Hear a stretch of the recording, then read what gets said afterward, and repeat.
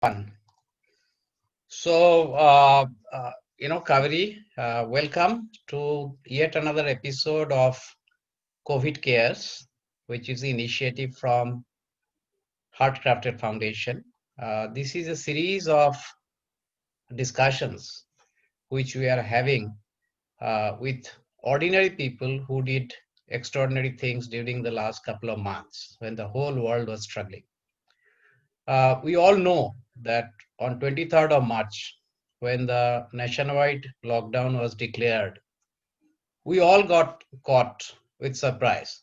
Initially surprise, then panic. We all started thinking, where will be our supplies from? How do you go to market? If there's emergency, what happens? Our family members or parents are in some other parts of the country.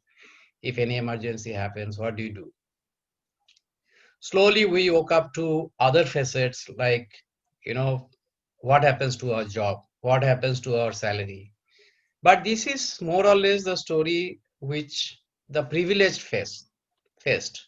But there is a very large segment of the people whom we loosely call the underprivileged, who started struggling with something very different. Where will be the cash flow from? I don't have any money left. Can I get my food? And we saw that reflected on the roads, the migrant crisis where thousands and thousands of people are walking back. So the whole country got gripped into, I think, this two, three dimension. One is the privileged problems, which are very different from the underprivileged problem. And third one is what will happen to the economy. But one area which we completely forgot, at least people like me completely forgot is what will happen to the voiceless, the so-called furry friends. We are one of the most friendly, at least from the law perspective, and many ways from the people perspective towards animals, right? You go to developed countries, the stark difference which you see is that you don't get any animals on the roads, right? But in India, we very nicely coexist with cows, buffaloes, dogs, cats, pigeons, birds, and we enjoy. Most of us enjoy that company. But when the lockdown happened, they suddenly ran out of food because there is no shop open, there is nobody to feed them. They ran out of water. And we got so busy with ourselves, we forgot their pain, which later on many of us woke up to. But there are few good Samaritans who have a very good sense of that part of the world, got ready from day one and started helping them. So one of them is Kaveri. I will probably take another 2 minutes to talk about her. But before that, I just wanted to spend a minute on this Heartcrafted Foundation. This is a foundation or NGO which is focused on working with primarily women from the underprivileged part of the society. We try to give essentially two things to them. One is access to resources, whether it is raw materials, whether it is financing, whether it is production technology, whether it is market, whether it is training, and make them enabled to make an earning which is a order of magnitude higher than what they are earning already. So the benefits are very clear. The moment women start earning and become a significant part of their household income, their social status goes up, their family status goes up, their ability to take decisions goes up, and they also start positively influencing the outcome of the family. So that is where the Heartcrafted Foundation is, and this webinar series is essentially to bring in the good things that are happening around us, which many times we are blind to because we only get to see the stress, especially when you go and look at the TV or the newspaper, it's all negative news. Now, very briefly about Kaveri. Kaveri is a good friend. We know her for many years. We are personally connected also because my second daughter, whom we call Holly, is actually came to our home through Kaveri. So we call her our foster mother. But Kaveri is, professionally the proprietor of Brush and Bones, which is a service provider as well as product provider for pets based out of Kadugodi. Is a very, very famous and very well-known service provider in that area. Kaveri had a corporate career, but at some point decided to move on and follow her passion of dog grooming and welfare. She had been, and few others like her, had been feeding, sterilizing, rescuing, and rehabilitating the community of stray dogs in Whitefield area for many years now. She believes in creating awareness about coexistence of all species, especially dogs and humans. Many strays have found home due to this continuous effort, which is an emotional and financial commitment on her most of the time, but she does it with a very smiling face. So Kaveri is, is a very exceptional person. You know, most of us struggle to find empathy for people around us, but she feels for people who are much beyond and can't even speak. But nevertheless, we'll today spend a little more time to hear a little more about her journey, especially during COVID time. So, Kaveri, I will start with, uh, uh, this particular uh, lockdown, as I said, caught many of us surprised and very panicked. And the biggest fear people had were two, right? One was the fear of losing livelihood or income, and the second and the much bigger fear was, the fear of contracting COVID, because early days, the it was panic. It was not even a fear. How did you, I will not ask you how did you feel the need of this, the dogs and the cats, because you are very much a part of that. But how did you prepare yourself, and how do you organize yourself and other resources to provide the support to these friends of ours, and what sort of protection you took, and how did you really find them and all that? I'd like to hear from you. What did you do? Yeah. Well, yeah. So, Dipankar, like you said, when we got to know about the COVID situation, there was Mm-hmm. definitely a panic. There was a Mm-hmm. panic because everything was uncertain. We were Mm-hmm. not sure about ourselves, and there were certain rules that you can't come out of your house from this hour to this hour. You need to get a vehicle pass to move around. So those were strict laws which were in action. Mm-hmm. And me and my husband, we were like, we already have so many dogs that we feed on a daily basis. What's going to happen to them if Mm-hmm.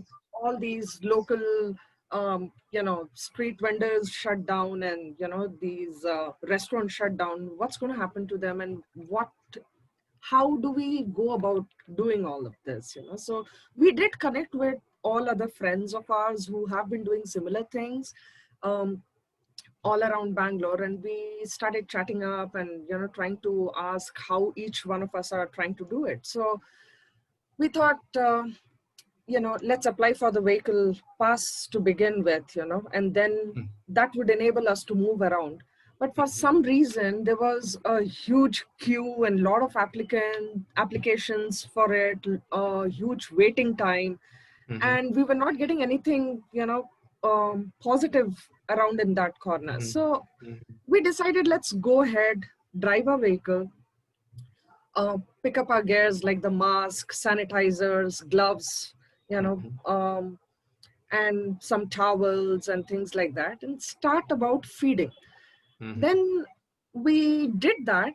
Me and my husband, we split into two cars, took all our food and whatever was there, water, Mm-hmm. because nobody was coming out of their homes, so there was Mm-hmm. no source at all for water and food. So we started driving around. We saw a lot of cops as well, and they would, at various checkpoints, they would ask us to halt, and then the moment they would see that we're carrying so much food, they would all let us, to pass through. So that was very encouraging. We would try to finish this task as quickly as possible and return back home. What had happened was, suddenly we saw that there were dogs everywhere.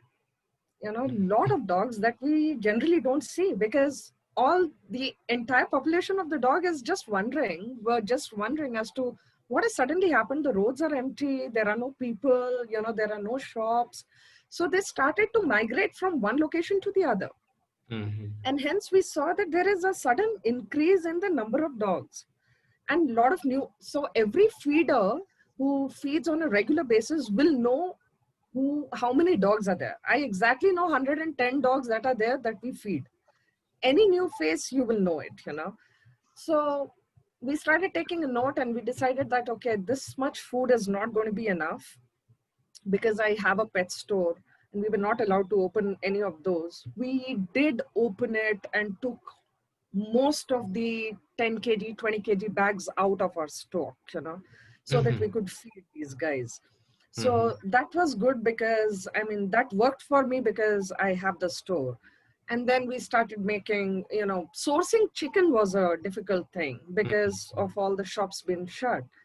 And somehow with all the contacts we, you know, were able to do that also. It did not happen in day one, but ultimately, you know, slowly, gradually it started working out and we were able to source food and then start with the distribution of it.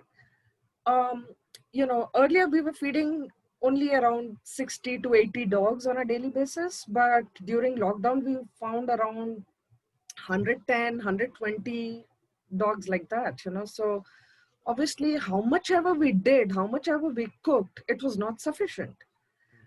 Thankfully, within our circuit of friends and rescuers, we got to know that the CUPA has got a sanction of feeding 4,000 strays in Bangalore. And so one of our friend, Bismi, she suggested that, you know, I also get some from them. And it worked very well for us because we got a lot of food and this enabled us to go to those areas which we have never ventured, Mhm. which has, you know, which is like in some God forbidden places where construction sites are there. There's going to be absolutely no way that the dogs could get food there. You Mhm. know, so we started driving in those areas, and so our time, we would start at like 5 in the morning and be back by 8:39 in the morning, you know, after feeding Mhm. these dogs. Mhm. So that's how we started the Dipankar, you know, and then slowly we got a hang of it and we started to do it. As in when the lockdown started to come to an end, we realized that we won't be able to do this for a long time for all those dogs. You know, you can't feed 160 dogs every day. I mean, you can if you can, but there are other things that we have to do, and these areas you need to drive quite a lot. So we started to make it like every alternate day so that the dogs do not entirely depend on us, and small little shops were kind of opening up. So, you know, after every alternate day, we started to give. We also found that there were certain security guards in certain places and construction sites and other places. So we started giving 20 kg bags of dry food to them so that they continue to feed. And, you know, as and when the shops and things opened up and things started to slowly crawl back to normalcy, we were able to pull back from those areas, you know. I often go to check on those dogs, but yeah, it's difficult. So that's how it started and that's how we managed, you know. Mhm. So, very, very good to hear. Now, you said the CUPA got 4,000 sanction. That is from the government. It got a grant No, or no. something? I think Azim Premji um, Uh-huh. decided to, you know, sponsor for Sponsor. 4,000 dogs. Okay. Right. Yes, yes. But So in spite of all this, a lot of dogs must have gone hungry, right? I mean, at least for the initial days, or. So there was something very good that we saw out of this, that everybody kind of realized this, you know. Mm-hmm. Every apartment started feeding biscuits or water or curd or whatever is possible, you know. And I got a lot of text and messages because um, most of the people around in this neighborhood know me. So they were like, they extended help saying, Kaveri, let us know, you know, what we can do from our end. I was like, just keep food outside your apartment complexes, you know, just put water over there and Mm-hmm. some biscuits. If you see a dog, if you're outside, carry something and then give, you know. And the people were actually doing it. So even if by chance a dog is missed in our feeding, it was getting something to survive for sure. And I saw this compassion in people around those times. Not only mm, dogs, there were so many pigs on the road, mm, Dipankar. mm, mm, So many piglets on the road. The roads mm, were empty. They were just moving around. So you feel mm, bad because on one side you're feeding the dogs, and they're tiny little piglets and pregnant pigs, mm, who are just not getting anything. So we had to give mm, dry food to them. I'd asked my neighbors to give all their leftovers so that we can feed the pigs. mm, And a lot of my friends also joined in this feeding mm, thing, So it made mm. it possible. Cats. Generally, you don't see cats on the roads, Right, right, Cats, cats are something that you will always miss out on because they're right. always on the higher attics, Yes, yes. So we started putting cat food in the bowl and putting it in, boundaries or, upper peripheries of walls and things. And that helped them, Mm-hmm, So, I mean, I myself never knew that we could actually feed the cats like that. And, mm-hmm. um, during conversations with others, we got to know that, it's better to keep it on the upper areas. And we did that and it helped them as well. A lot of birds around Yeah. this time, so a lot of birds also. So rice or something you would just put in certain areas and water bowls and things, so kind of worked Mm, slowly, but we started getting a hang of how it's going to work out. But initially it was panic. My heart just broke. I was mm, like, what if I'm not allowed to go out of the house? How do we feed and things? But I think the government, I mean, Mr. Modi himself said that we need to take care of the animals around us as well, mm-hmm, So mm-hmm. everybody did support it, and a lot of people came forward as well. They gave certain boxes where water could be filled. People were filling it. So I saw positive response from many people around us, So empathy was So, there. People could mm. feel it. So you did not face whatsoever any, I mean, people stopped you and all, but there had never been any harassment or anything like that from, uh, Well, uh, or as even if animal it is, feeders, uh, yeah, go ahead, no, Dipankar. no, I was asking that you said no, that police stopped you, but there had never been, or even if it had been there, there had been minuscule, right? Most of the cases you were, they understood that there is a need, right? Oh, Or yes, yes, yes, yes, that's what I'm absolutely. saying. So if you see our vehicle, it was always loaded with things, and Mm, they had their police chockies there, and they would right. see the dogs there. And sometimes, if we would miss the dog, they would say, "Madam, this dog is here. He's hiding this side and things." So they knew the routine. This car would pass every day, and they would stop and give. So, yeah, I think the reason was genuine to come out of the house, and they did understand it. I just putting the some of the Yeah. photos which I mean it is really in retrospective it is very nice to see them with mother with some kids and A all lot of of that. dogs that were pregnant. Right, right.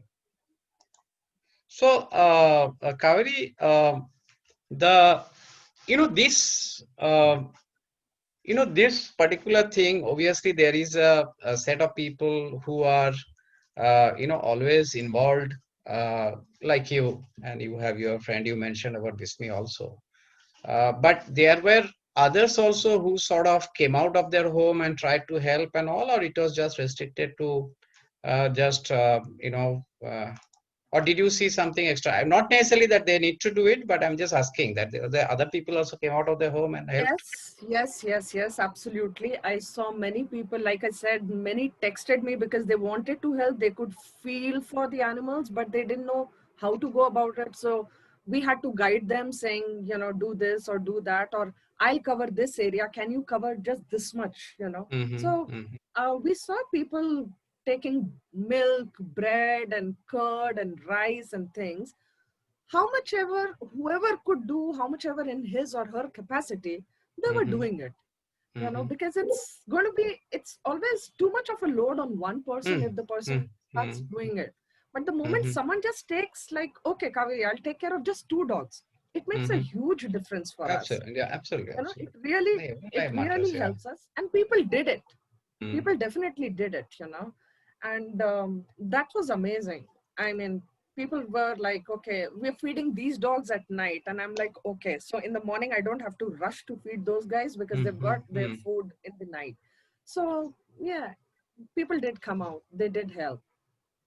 So your WhatsApp was totally buzzing with, information, that those days. Yeah, it was because I know with whatever little experience I have, I was in a panic. My panic buttons were on and I didn't know. So I can imagine those who wanted to help and didn't have any direction. So they were like, okay, what do we do? How do we do? And I was like, okay, do this, do this, do this, and all of that. So yeah.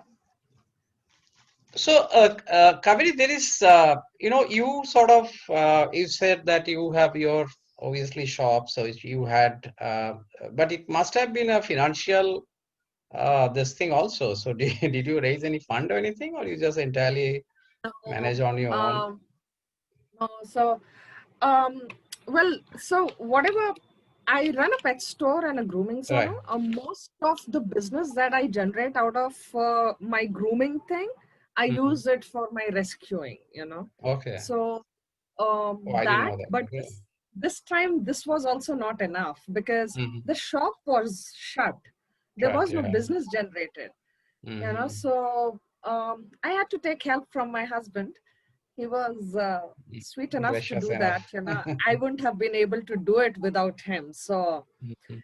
I know, I mean, there was a day when we bought some 30 bags of 20 kg dry foods, Mhm. for because I was like, and there was a shortage in the market because there was no transportation Right. across, Right. Right. other regions as well. So I was like, let me just stock up. And we had no space in the house, so we had to put it next to the elevator and things. There were 30 kg bags. Whoever would pass by, they were like, what's going on? It's a mini shop here. So yeah. Mhm. Financially, yes, it was a little daunting, but Cupa's food really helped us in a big way. I'm really thankful to them because we could reach a lot many more dogs, and feed them. So that was, I think, a big help to all the rescuers who gained out of that, who So, could so this help food the was dogs. all you were also cooking during that time, or you're just okay? Yes, Because some yes. of the street We dogs were, may not be able to take this pedigree and all, right? They are not accustomed. yeah, yeah. Mm. But then we saw that because there was no source, these guys were also having pedigree and cut. No, of course. So, Yeah, yeah. yeah, So when you're hungry. I think they cooperated as well. So generally, Yeah, yeah. they are a little fussy. The moment you give them pedigree, because they're not used to it, they are Right, mostly eating junk and things. right. So they were like, "What are you feeding us?" And then in this lockdown, I was like, please eat this today. Tomorrow, I promise to get something else. So they were eating. I mean, if you're hungry, you got to eat. So I think they Yeah. all realized. So you were going out at 5 minutes. If you prepare, you're getting up at 2 in the night, or you're not even sleeping, or I So mean, we how did cook you? we cook the Okay, previous night. and We then cook take the in the morning. previous night and we keep it. So we wake up at around 4:15 like that and start mixing the buckets. Hmm. So we mix all the food and make it.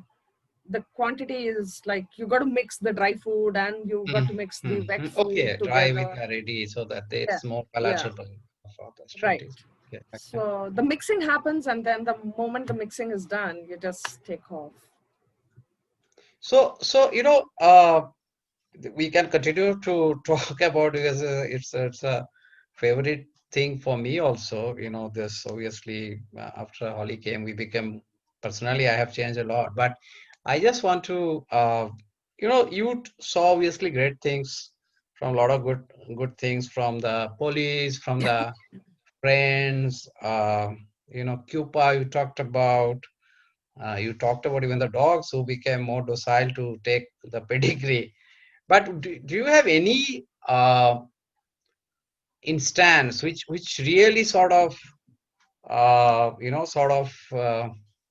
you remember? I mean, where it can be about humans, it can be about animals, which stands out. Do you? Have any So instances? yeah, so a lot of different experiences during this time, Dipankar. Mm-hmm.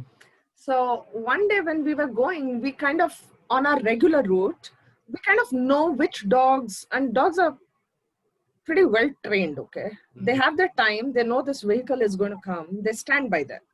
So one day we missed out on one of the dogs.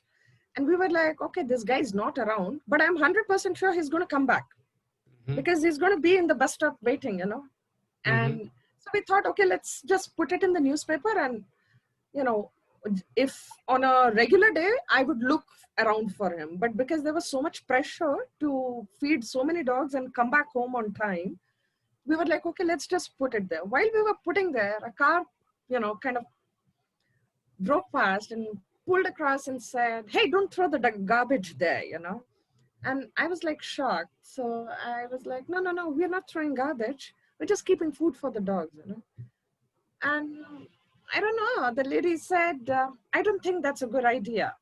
So I was like, what do you tell these people? I mean, they just stopped over and they thought I'm throwing some garbage there, but neatly, on one side of the bushes, I was just keeping the food. And we were like, I know, you don't want to haggle first thing in the morning. And we were like, okay, thank you, good day. And then those people drove off. By the time we finished the round, we saw that the food was already taken by the dog who had come and he's eaten up. So sometimes it's difficult to kind of, it just leaves, you feel that you're doing so much, which by the time I wake up, perhaps a lot of people are on the bed. And nobody's asking me to do what I'm doing, but it just helps my soul so much. If a dog is fed and if a dog is comfortable, if he gets just one meal a day.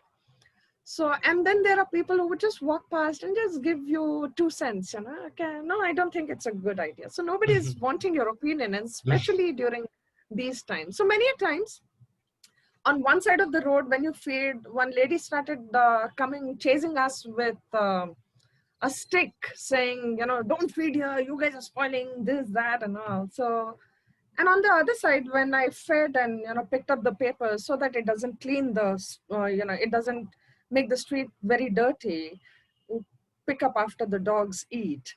We turned around and came, and one gentleman was riding a cycle. He just stopped, put his cycle on a stand, and he said, God bless. So you see two faces on one side of the road, you get this, and the other side. So you just have to keep doing those things.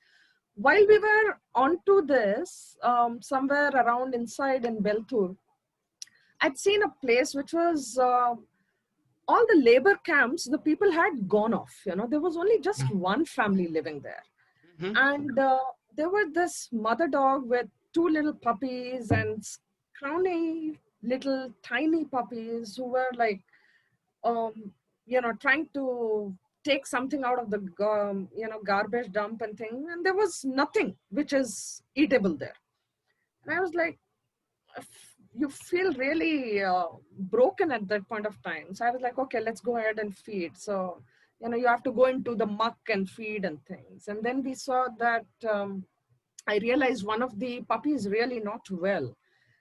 And out of my experience, I guess that it has canine distemper. So we had to coordinate with NGO, Ally, Mm-hmm. and have the puppy picked up for treatment. But sadly, the puppy did not survive. So we saw many dogs who were in need of medical assistance. Exactly. That is the question I So had, but I think they yeah, didn't get so a you. lot of, Yeah. yes, they were just, a lot of, one dog had a eye issue and things, and I checked with my vet what needs to be given. So we would do that also. There was a bunch of dogs which had CD. So for them, we had to, start making medicinal balls, and then feed them. So you just try doing whatever is possible, feasible, and yeah, those kind of things, Dipankar, mostly. So the list is endless, actually. There are so many. I mean, there was one place where the mother had given like some 12 puppies. And how do you feed them? The moment you just put, they would eat half my bucket. They're so hungry. So, and I was like, I don't know how to deal with this situation. Every dog seems to be hungry, and these puppies and the mother, and you walk 2 feet away, there's another dog, another gang. So uh, it was, it was draining also, to go to these places. And, by the time I would come back, um, clean myself and shower up, I would be like, okay, I need some sleep, just eat something and just lie down to get some energy to cook again in the evening. And then the routine starts. But thankfully, we didn't have to do anything else other than cleaning up your house, taking care of your dogs, and, you know, the outside dogs. If it were a work day or something, I don't think all these would have been possible. So, yeah, these kind of things. Good. So Kaveri, we are almost at the uh, closing time. So, I'll tell you one thing which I don't know. You are much more experienced, but I have seen, and I hope it will not become a little bit of a concern later. Is that during this time, in my apartment and in my nephew's apartment, a lot of people are, because they have free time, they are taking dogs up. Uh, but I hope that, after the post-COVID, they go back to their busy life. It should not become that yet another thing which they want to get rid of. Now, do you think that's something which should be concerned? And if at all you have any view on that or some message to give, I think you can use your. Well, we've seen a huge rise in puppy sales, and the prices of the puppies have been tagged as COVID prices. They are not the regular prices in which the breeders are selling these dogs. People are indoors most of the time, the kids are there at home. What do? You are in your conference calls, your kids are in your school, online schools, but most of the time there is nothing to engage people. So either they buy these puppies or else they're adopting these dogs. I've seen bachelors adopting, I've seen families adopting, I've seen single males and females adopting, and buying or whatever, just getting home a dog. So though dogs are huge stress busters, so they just change your entire life. But our concern definitely is, if this is sustainable, if the bonding kind of gets going, I don't think people are going back to their workspaces for at least 5 months or so. So till such time, if they realize while bringing their dogs or puppies up that this is something that needs commitment, the dog needs to be walked, the dog needs veterinary care, the dog needs grooming, the dog needs mental simulation and things, and they kind of change their ways of life around it, then it's great. It's great for the dog, it's great for the pet parent. However, once your life changes, you start going to work, and you need to party because you haven't partied for ages.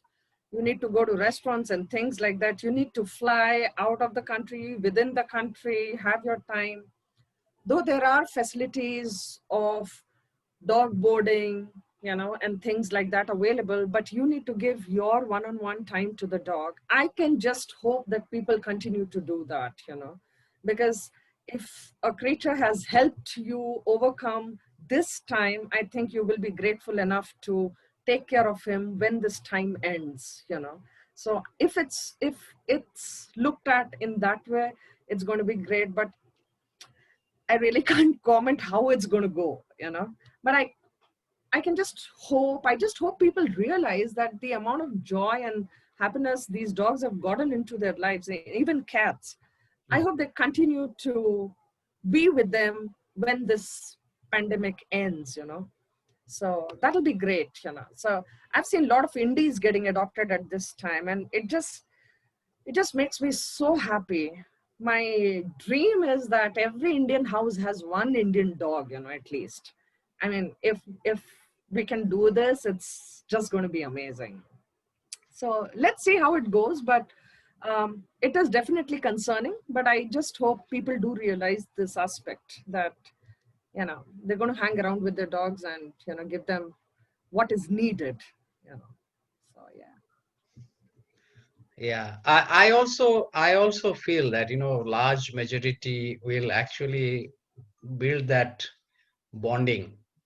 And of course, as you said, that while it is a great joy to have a pet at home, especially the dogs, but there are, in isolation, if you see, it involves a lot of sacrifices also, right? I Yeah. mean, in a way, if you isolate it, but then we are doing sacrifices for our children, for our family, so it is part of our family. So hope so. And if dog, in my mind, fundamentally makes us a better human being. So if these families and the members of the family, because of COVID, take a dog and live with it and become better human beings, that's a great benefit to the society also. So Kaveri, thank you. I mean, I don't have any other question. Thanks so much for taking your time. Keep up your good work. Thank you. You are Thank a you, role model Dipankar. for many of us, for the whole Thank society. thank you. So I will just stop the recording.